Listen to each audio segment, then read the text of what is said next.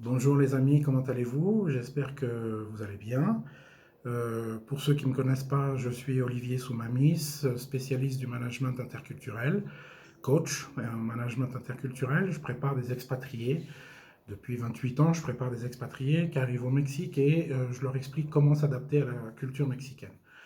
Euh, dans la série de vidéos que j'ai commencé à faire, le thème d'aujourd'hui va être un thème un petit peu différent. Je ne vais pas parler d'un point précis de la culture mexicaine, mais je vais plutôt vous donner des conseils sur comment survivre professionnellement au Mexique. Pour survivre au Mexique professionnellement, il faut développer certaines qualités qu'il faut avoir, parce que passer d'un pays développé à un pays émergent.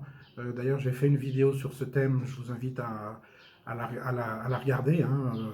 Passer de la France au Mexique, c'est pas la même chose que de passer de la France à l'Espagne, par exemple. Donc passer d'un pays développé à un pays émergent, ça veut dire qu'il y a quand même pas mal de points qui sont quand même assez différents, même très différents. Donc on va parler de ça, c'est-à-dire que comment survivre professionnellement au Mexique, quelles sont les qualités qu'il faut avoir pour développer votre business, parce que donc je me mets dans l'idée que vous êtes français, vous voulez venir au Mexique pour vous installer, et voilà, ou vous avez un projet de monter un business au Mexique, ou vous allez chercher du travail au Mexique, mais dans les deux cas de figure, de toute façon, il va falloir donc professionnellement vous adapter, et on va voir ces points qui sont quand même différents de la culture française. Je ne dis pas que c'est mieux ou que c'est moins bien, je dis que c'est différent. D'accord. Et puis, j'insiste sur chaque vidéo. Tout ce que je dis dans ces vidéos, ce n'est jamais vrai à 100%. D'accord. Culturellement, on n'est jamais tous faits dans le même moule, parfaitement dans le même moule. Donc, il y a des différences culturelles. Hein. S'il y en a qui vont dans le nord du pays, ça va être beaucoup plus carré, organisé, structuré. Ceux qui iront plus dans le sud, dans le Yucatan, etc., là, c'est beaucoup plus aléatoire. Donc, c'est jamais vrai à 100%. Les Mexicains, les Français, les Américains ou les Japonais sont jamais 100% faits du même bois, comme on dit. Par contre, moi, compte tenu du temps que j'ai par rapport à la vidéo, je vais généraliser mon discours. Mais ce que vous devez bien comprendre, c'est que ne pas prendre au pied de la lettre tout ce que je dis, parce que ça ne sera jamais vrai à 100%. Ok. Ok, ceci dit, donc, survivre professionnellement au Mexique, quelles sont les qualités qu'il faut avoir? Donc déjà, une qualité que nous, Français, on a... Alors là aussi, je vais généraliser quand je vais parler des Français, mais c'est pas vrai pour tous les Français, bien évidemment. Mais d'une façon générale, la tendance culturelle, c'est qu'on a tendance à être rigide, nous, Français. On n'est pas très flexible. Et une des grandes qualités qu'il faut avoir pour survivre au Mexique, c'est être flexible dans sa tête. D'accord. C'est un pays où tout est flexible. Tout change. Alors, on va voir, je vais voir sur chaque point. Mais déjà, donc, il faut avoir une mentalité flexible. Il faut éviter d'être le plus, enfin, d'être rigide. Alors, en France, on a des phrases comme ça, toutes faites, qui dénotent nos rigidités du type c'est comme ça, c'est pas autrement.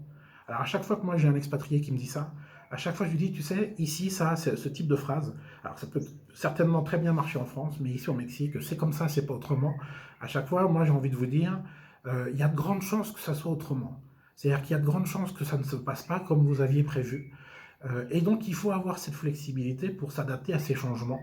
Donc, ce type de phrase, c'est comme ça, c'est pas autrement. Bah si, c'est autrement. Au Mexique, il y a de grandes chances, la probabilité que ça soit autrement est plus grande que celle que ça se passe comme prévu. Ou, par exemple, dans une négociation, c'est à prendre ou à laisser. Non, non, non.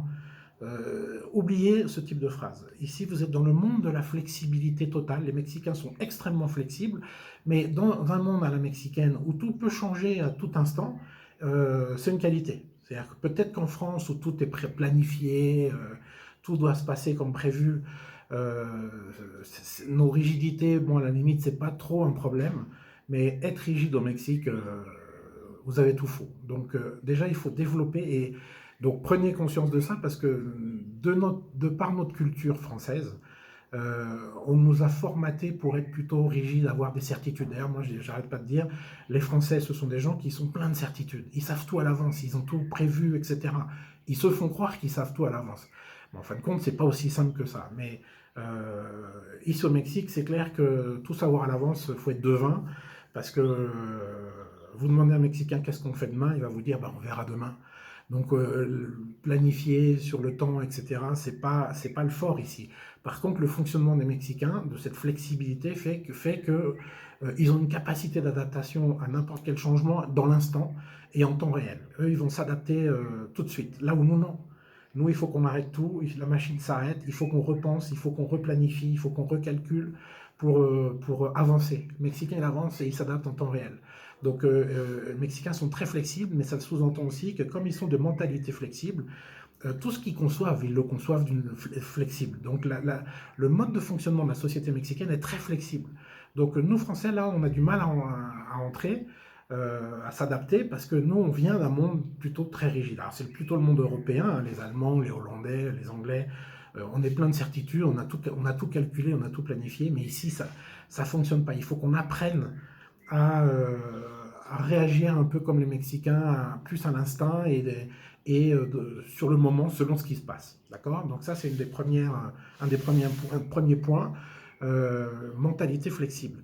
Le deuxième point important, c'est très important également, et là aussi on n'est pas très bon, nous Français, sur ce point, c'est savoir gérer l'incertitude. C'est-à-dire que ce qui fait que beaucoup de Français ont du mal au Mexique, là, je parle d'un point de vue professionnel, hein, parce qu'en vacances au Mexique, vous la passer très très bien.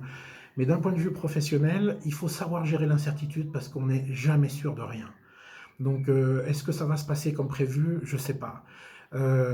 Est-ce que mon rendez-vous de demain à 10 heures avec le fournisseur, est-ce qu'il sera là quand j'arriverai? Il peut être là, bien sûr, mais il peut ne pas être là. Et il peut ne pas être là et ne pas vous avoir appelé pour vous dire qu'il ne sera pas là.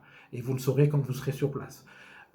Donc, il faut savoir gérer l'incertitude, et ça, c'est très difficile pour les Français, parce que nous sommes, nous Français, dans un énorme besoin de contrôle. On veut avoir le contrôle sur tout. On veut tout savoir à l'avance, etc. Mais vous êtes dans un pays où il n'y a pratiquement pas de planification.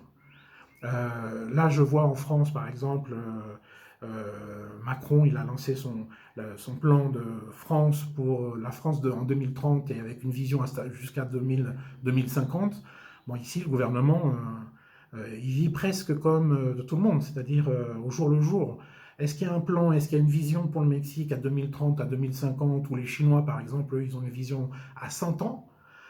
Ici au Mexique, c'est de la science-fiction, tout ça. Non, on s'adapte en temps réel selon les évolutions du marché, de l'économie, de la géopolitique, etc. Il n'y a pas vraiment de vision, etc. Donc, ici au Mexique, la planification fonctionne mal. Moi, j'ai travaillé chez Televisa, et une anecdote comme ça pour vous montrer comment ça fonctionne. Première réunion avec mon chef qui était le vice-président des ressources humaines, et dans ma première réunion, je lui demande bon, bah, quelle est la stratégie de l'entreprise. Parce que dans les écoles de commerce en France, on vous explique qu'il y a une vision, la stratégie globale de l'entreprise, et tous les départements vont s'aligner par rapport à ressources humaines, finances, marketing, etc. Ils vont s'aligner par rapport à cette vision globale de la stratégie de l'entreprise. Bah, quand je lui ai posé la question quelle est la stratégie de l'entreprise, sa réponse a été quelle stratégie? Il n'y a pas de stratégie. C'est-à-dire que Televisa, une entreprise, donc la télé, hein, c'est un peu le TF1 français, en plus grand, 25 000 employés quand même. C'est une entreprise qui fonctionne, qui s'adapte selon les évolutions du marché, selon là où va le marché, et il s'adapte en temps réel. Est-ce qu'il y a une planification? Pas vraiment. Pas vraiment, mais ça fonctionne. C'est-à-dire, je ne dis pas que c'est mal, hein, ça fonctionne.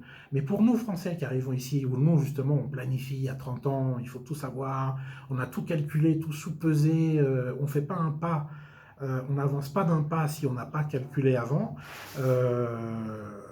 Là, ici au Mexique, il y a beaucoup de Français qui souffrent, parce qu'on est tout le temps dans l'incertitude, on n'est jamais sûr que les choses vont se passer comme prévu. Jamais. Donc il faut savoir gérer cette incertitude. C'est pas simple pour les Français, pour les Mexicains, c'est totalement naturel. Pour nous, c'est pas simple. Donc voilà, il faut savoir gérer ça, et donc développer. Enfin, posez-vous les questions par rapport à ces points. Est-ce que vous avez ces qualités? Si vous êtes dans l'incertitude, vous le vivez bien ou vous le vivez pas bien? Bon, pensez-le, parce que c'est important. Ça sous-entend, les deux premiers points, ça sous-entend qu'il faut savoir gérer le stress. Et le stress, il va être généré par le fait que les choses ne vont pas se passer comme on l'avait calculé, comme on l'avait pensé. Les temps vont être plus longs que ce qu'on avait calculé, parce qu'en général, vous avez monté un projet et vous l'avez monté par rapport à vos référents franco-français. Donc vous êtes français, vous voulez venir au Mexique, ou vous êtes canadien, ou vous êtes belge, ou vous êtes suisse, vous voulez venir au Mexique, et vous avez calculé par rapport à comment ça fonctionne dans votre pays et vous l'appliquez au Mexique. Le problème, c'est que ça ne va pas être applicable au Mexique. Vous allez perdre beaucoup de temps au Mexique. Tout est plus long et tout est plus lent au Mexique. Donc il faut rallonger vos calculs de temps, par exemple. Mais encore une fois, vous êtes dans un monde où tout peut changer, tout peut bouger, tout est mouvant au Mexique. Vous venez en général d'un monde où tout est statique, tout est rigide, tout est figé. Et vous arrivez au Mexique et tout peut bouger. Voilà. Et donc, il faut savoir ça, il faut passer d'un monde à l'autre, c'est pas si simple. Ne sous-estimez pas ces points-là, parce que je peux vous assurer qu'il y a beaucoup de Français qui n'y arrivent pas. Parce que c'est trop, ça bouge tellement, on vous a dit oui et puis il se passe rien derrière, on vous a dit tout de suite et puis c'est pas tout de suite, c'est 3 semaines après ou c'est 2 mois après. Voilà, on est tout le temps dans ce monde-là. Mais aussi, les choses peuvent se passer comme ça a été planifié aussi. Ça peut se passer comme ça. Mais il faut être prêt aussi à assumer le fait que... Moi, je vous raconte une autre anecdote. J'ai eu un rendez-vous euh, dans une autre ville. J'étais à Mexico. J'ai un rendez-vous professionnel dans une autre ville qui est à 350 km de Mexico. Je prends ma voiture, j'ai rendez-vous à 10 heures. J'arrive à 10 heures. Et j'arrive et la secrétaire me dit: ah ben non, la directrice n'est pas là, elle est à Celaya, dans une autre ville. Je dis: bah oui, mais moi j'avais rendez-vous tout de suite, là, à 10 heures. Elle me dit: attendez, je vais l'appeler. Donc elle l'appelle, et puis la personne avec qui j'avais rendez-vous lui dit: ah oui, oui c'est vrai, mais bon, bah dis-lui que je serai là à mon bureau à 4 heures. À 4 heures de l'après-midi, j'avais rendez-vous à 10 heures du matin. Donc là, je me dis, bon, de toute façon, j'étais bouillonnant, hein, j'avais envie de sortir un pistolet et de tuer tout le monde. Mais en même temps, je sais que si je fais ça, j'ai perdu mon business. Si je m'énerve, enfin, c'est pas la question, c'est pas de tuer tout le monde, mais de s'énerver. Donc je reste calme et je me dis, bon, de toute façon, ça y est, j'ai fait les 350 km, le temps de revenir, ma journée est morte. Donc à Querétaro, cette ville s'appelle Querétaro, il y a la chambre de commerce franco-mexicaine, je les connais, bah, je vais aller les voir, ils vont me payer un café, ils vont me prêter un petit bout de bureau pour que je puisse vérifier mes mails, répondre à mes mails, et c'est ce que je fais. Et j'arrive au rendez-vous, donc je passe ma journée pratiquement avec les gens de la chambre de commerce, et puis je retourne à mon rendez-vous à 4 heures, et cette fameuse directrice me reçoit à 4 heures, comme si on avait eu rendez-vous à 4 heures depuis le départ. Olivier, quel plaisir de te voir, vas-y, passe, rentre dans mon bureau, et on a eu la réunion, et j'ai eu le business. Mais il a fallu que je prenne sur moi pour pas m'énerver, parce que j'aurais été en France, je faisais un scandale. Ici, non.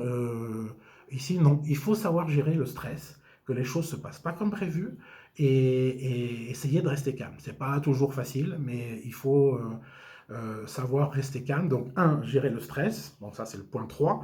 Et puis, justement, pour garder le contrôle, il est important au Mexique d'avoir une bonne intelligence émotionnelle et culturelle. Il y a une règle au Mexique, le premier qui s'énerve a perdu. Le premier qui perd le contrôle de lui-même, il a perdu. Même si il a raison, en soi il a raison, si vous vous énervez, c'est vous le méchant. Le premier qui crie, c'est le méchant du film. Donc il faut savoir rester zen, et ça, surtout pour les Français qui nous sommes, on est râleurs, et deux, on pique des crises très facilement, pour pas grand-chose. Ici, au Mexique, on apprend à devenir moine tibétain, bouddhiste, zen. On apprend à prendre sur soi. Parce que si vous vous énervez à chaque fois que ça ne se passe pas comme prévu, vous allez avoir comme moi plein de poils blancs dans la barbe et dans les cheveux. Et puis vous n'allez pas arrêter de vous mettre en colère. Donc il faut apprendre à prendre sur soi, rester zen, c'est important. Et point, on n'a pas le choix. Encore une fois, c'est nous qui sommes au Mexique, c'est à nous de nous adapter. Donc ne pas perdre le contrôle. Ne pas s'énerver, parce que si vous vous énervez, c'est totalement, même si vous avez raison sur le fond, c'est contre-productif, c'est vous qui perdez. Vous n'aurez pas le business si vous vous énervez parce que la personne vous a reçu avec une demi-heure de retard. Donc ça, c'est un point important, l'intelligence émotionnelle. Donc savoir garder le contrôle, ne pas s'énerver, c'est important. Et puis pour terminer, un dernier point, euh, patience et ténacité sont les règles pour optimiser le succès.